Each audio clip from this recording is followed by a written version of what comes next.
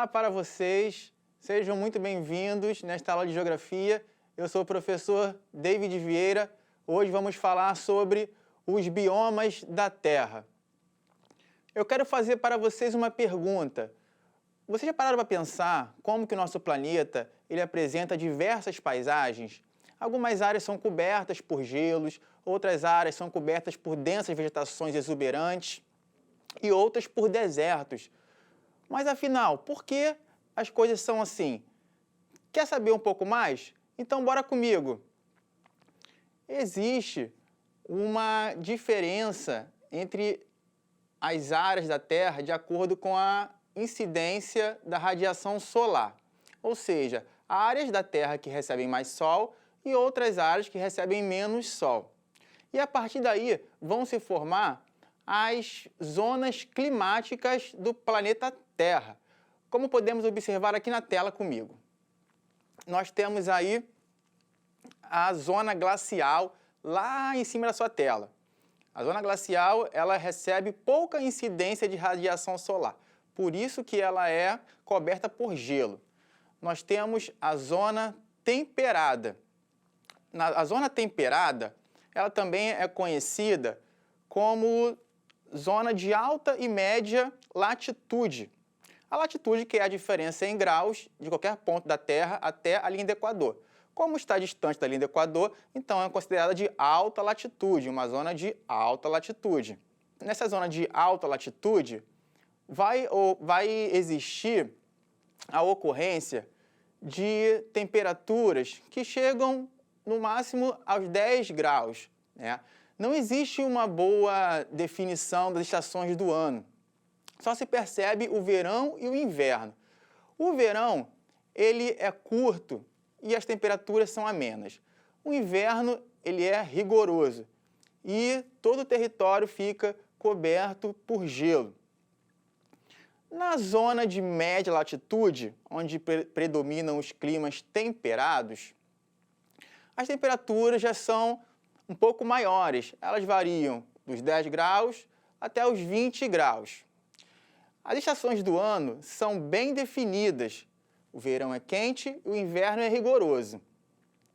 Além do mais, esta zona recebe muita influência de massas de ar, tanto da polar quanto da equatorial e da tropical, o que vai fazer com que as estações sejam bem definidas. E nós temos também a zona de baixa latitude, que é formada, também conhecida como zona tropical, e, como podemos observar aí, na cor lilás, e nessa zona as temperaturas são elevadas, o regime de chuva ele apresenta contrastes, como por exemplo, em algumas áreas, dependendo dos fatores que vão implicar ali, pode ocorrer abundância na ocorrência de chuvas e outras áreas escassez, que vão formar, inclusive, os desertos. Então, a partir dessas zonas climáticas, vão se formar os biomas da Terra. Mas, afinal, o que são biomas? Começando pela análise do nome. Bio significa vida, oma, proliferação. Então, seria uma proliferação da vida na superfície terrestre. Os biomas, eles são um conjunto de ecossistemas vizinhos semelhantes que vão caracterizar as paisagens naturais. Eles são formados a partir de aspectos físicos e biológicos. Os aspectos físicos, nós temos, por exemplo, a formação vegetal, o clima e o relevo. E os aspectos biológicos, que representam a vida em si. Os biomas, eles se dividem em biomas aquáticos e biomas terrestres. Aquáticos, oceanos e rios. Os oceanos, eles compreendem 70% do total da superfície terrestre. Por isso, eles correspondem ao maior ecossistema do planeta. Os rios são importantíssimos para a manutenção da vida na Terra. Os biomas terrestres, eu vou apresentar para vocês os principais. Nós temos o bioma tropical, o bioma temperado, o frio, o polar e de desertos. Muito bem. Na tela, o primeiro slide. O bioma tropical. Ele é caracterizado por apresentar elevadas temperaturas e chuvas abundantes. A formação vegetal é composta pela floresta que dá o seu nome, a floresta tropical, como também a equatorial, que é o caso da floresta amazônica. Esse bioma ele é muito importante, porque ele apresenta a maior quantidade de espécies animais e vegetais, o que nós conhecemos como biodiversidade. Nele habitam animais como macacos, muitas aves, répteis e etc. O próximo bioma que nós vamos colocar aqui na tela para vocês é o bioma temperado. O bioma temperado ele tem uma formação vegetal composta de carvalhos, faias, etc. Não existe uma grande diversidade de vegetais e animais como o bioma tropical. Entretanto, ele possui animais também, como esquilos, como felinos e etc. Nesse bioma, as estações do ano são bem definidas, ou seja, o inverno é rigoroso, o verão é quente, na primavera tudo floresce e no outono as folhas das árvores caem como preparação para o inverno. Por isso, os vegetais eles devem ser adaptáveis a esse tipo de clima, ou seja, a um inverno bem rigoroso. O nosso próximo bioma é o bioma frio. Como podemos observar aí na paisagem, ele é formado por uma vegetação composta de árvores coníferas. Se chamam coníferas porque se assemelham a um cone. É aquela árvore de Natal que você coloca aí na sua casa todo final de ano. As temperaturas são baixas, o inverno muito rigoroso. E como eu já falei com vocês, o verão é curto e com temperaturas amenas. A média térmica é de 10 graus. E os animais que habitam esse bioma, nós temos lobos, nós temos ursos, cervos, etc. Agora vamos para o deserto. Nessa imagem nós temos o deserto gelado. É o bioma polar. As temperaturas estão praticamente sempre abaixo de zero. Bem diferente do deserto quente, que é esse próximo aí que está na sua tela. O deserto quente, né, nós temos aí o deserto do Saara. Eles se formam nas zonas de baixa latitude, exatamente na latitude 30 graus norte ou 30 graus sul. O que isso quer dizer? Isso quer dizer que eles estão relacionados com a dinâmica da circulação atmosférica. Como a zona tropical ela recebe maior incidência de radiação solar, a superfície terrestre fica mais quente. Então, esse calor vai aquecer a superfície e vai ocorrer uma corrente de ar ascendente, porque o ar esquenta e sobe. Isso, basicamente, na região da linha do Equador. Quando esse ar sobe, ele vai até certa altitude e começa a esfriar na latitude 30 graus. Então, quando ele esfria, ele ganha peso e ele desce.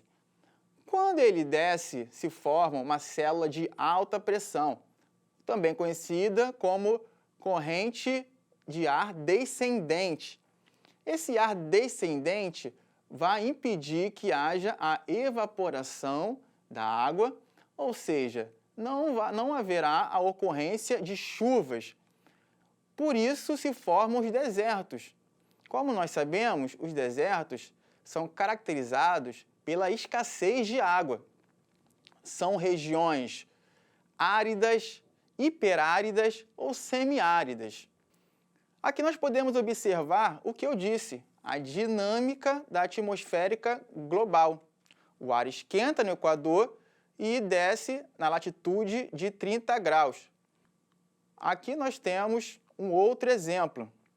Como podemos observar aí, a corrente de ar descendente, ela vai impedir a formação de chuvas. A partir desse processo, se formam desertos como o Saara, por exemplo, e alguns desertos do Oriente Médio. Entretanto, este não é o único meio em que os desertos se formam. Existe também um processo que é conhecido como barreiras orográficas. Orográfico tem a ver com montanhas. Isso quer dizer que, em algumas regiões que existem montanhas elevadas, como por exemplo a região nordeste do Brasil, onde tem a Serra da Borborema, lá ocorre o seguinte: o ar úmido que vem do oceano, ele encontra essa barreira orográfica, ele encontra essas montanhas. Então, esse ar que carrega essa umidade, ele acaba sendo bloqueado por essas montanhas. Essa umidade é comprimida nas montanhas, ela condensa e ocorrem chuvas torrenciais. Contudo, o mais importante que eu devo dizer é que essa umidade que deveria passar para outras regiões, ela fica retida nas montanhas.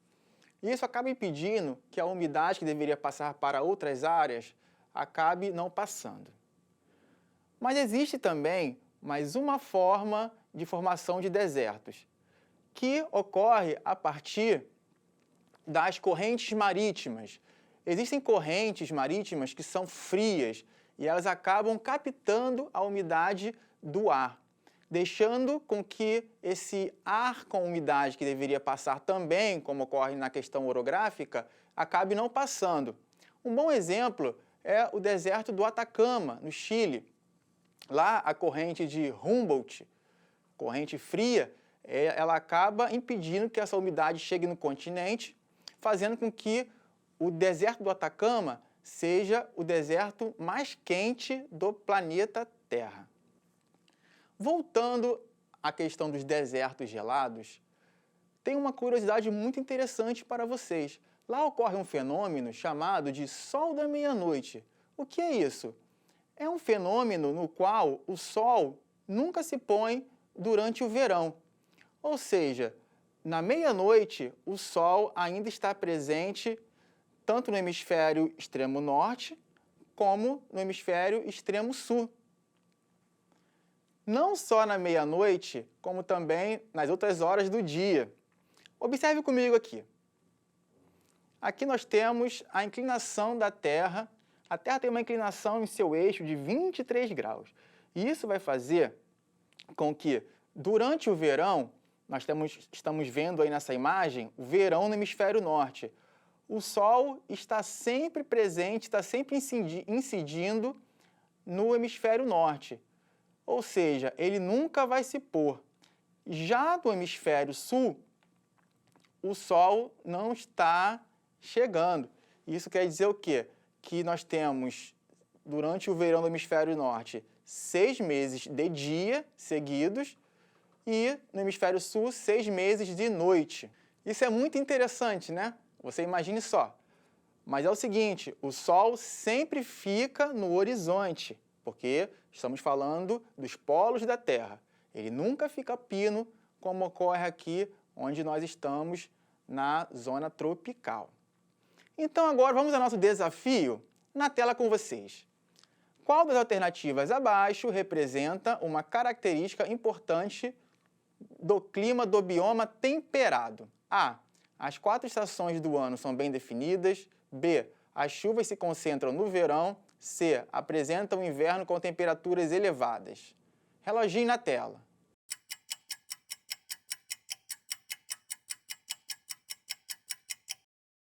Muito bem, alternativa A. As 4 estações do ano são bem definidas. Tenho certeza que você acertou aí em casa, não é verdade? Chegamos ao fim da nossa aula. Espero vocês na próxima. Tchau, tchau!